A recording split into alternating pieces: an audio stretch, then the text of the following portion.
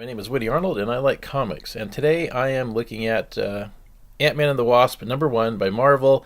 It is Marvel just did an initiative recently where they did a relaunch and they reset all the titles #1, which they do periodically because issue one sells.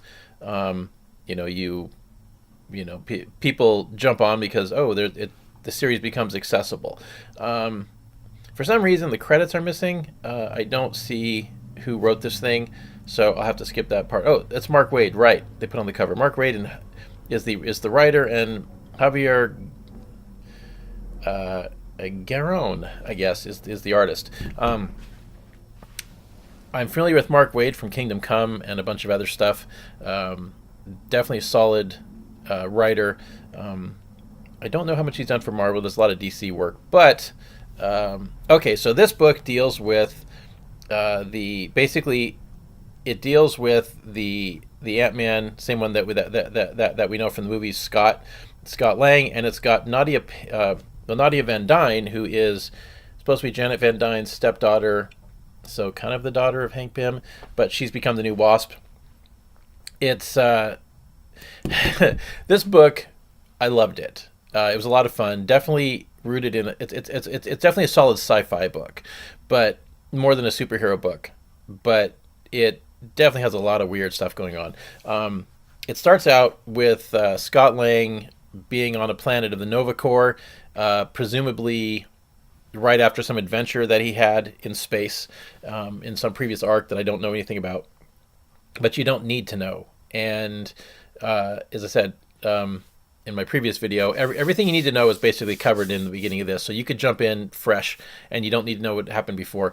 In fact, you're definitely left with the impression that the Nova Corps guy that he's hanging out with is the same one from the Guardians of the Galaxy, the first Guardians of the Galaxy movie, but he's basically trying to get home, and he ends up calling Nadia and to get her to work out some plan to get him home, because apparently the Nova Corps won't give him a ride from the Andromeda Galaxy.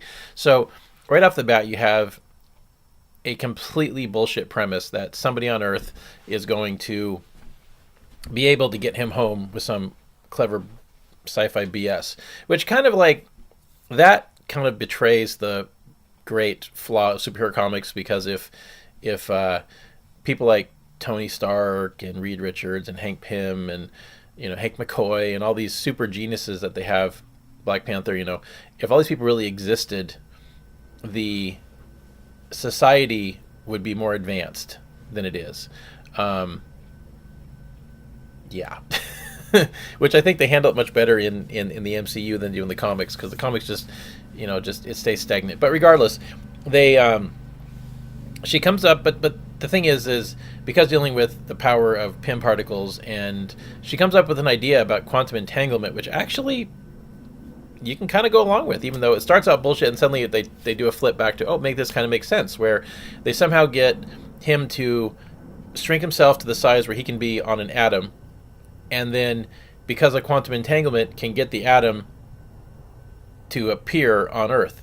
But because he is Scott Lang and kind of a screw up, he messes up his timing and ends up missing in somewhere else, and she has to rush to rescue him, and he doesn't know that he's messed it up. He thinks that she screwed it up, and ends up, the result of this is that the two of them end up both on this atom and having an adventure, a time displaced adventure on an atom. Because Scott, apparently for him the trip was like 2 weeks, even though it was only seconds for Nadia, so he doesn't realize what happened, and they end up finding a race of molecule-sized creatures that living down, or atomic creatures living there in the microverse, that are being attacked by some sort of an energy vampire that's evil and malevolent, that exists at that scale, and they have to defeat that thing. And it ends with them basically getting stuck there, and this looks like it's going to be a microverse adventure. And wow, I'm not the biggest fan of the direction Marvel Comics takes their books. I don't usually sign on, and this aggressive must be PG-13 lowest common denominator thing that they do doesn't really work. You don't have stakes. Everything has to go back to the way DC does the same thing, really. But suffice to say, where I'm going with this is I really enjoyed this book, and I really want to see what happens next. And rare of me to say this, I'm going to pick up issue 2 for a Marvel book.